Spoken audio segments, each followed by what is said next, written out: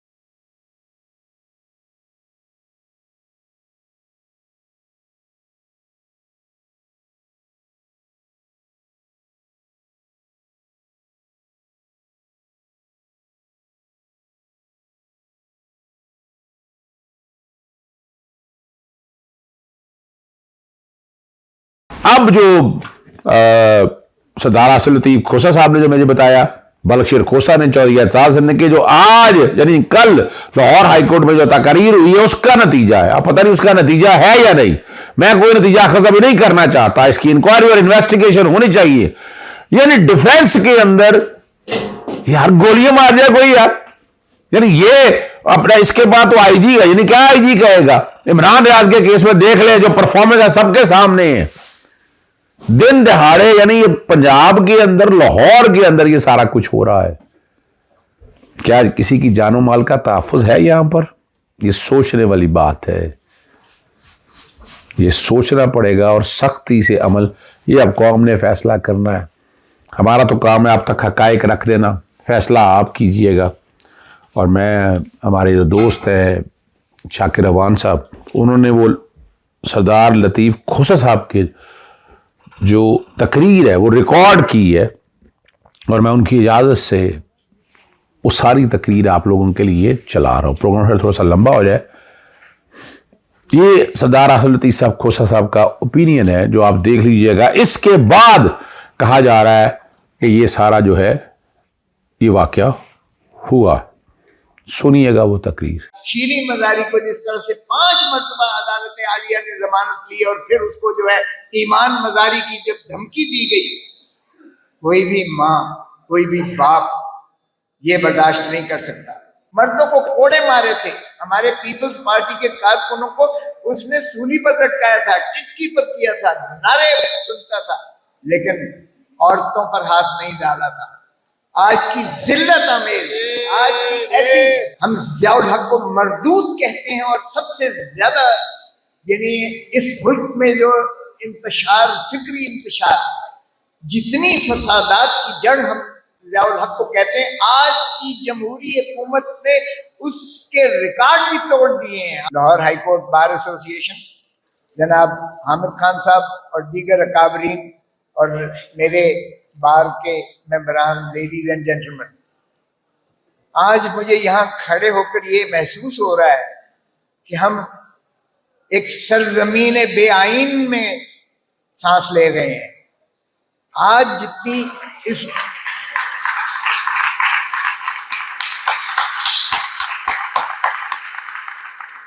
آج جتنی گھٹن میں محسوس کر رہا ہوں, میں نے اپنی ساری زندگی میں ایسی گھٹن محسوس نہیں کی ہے.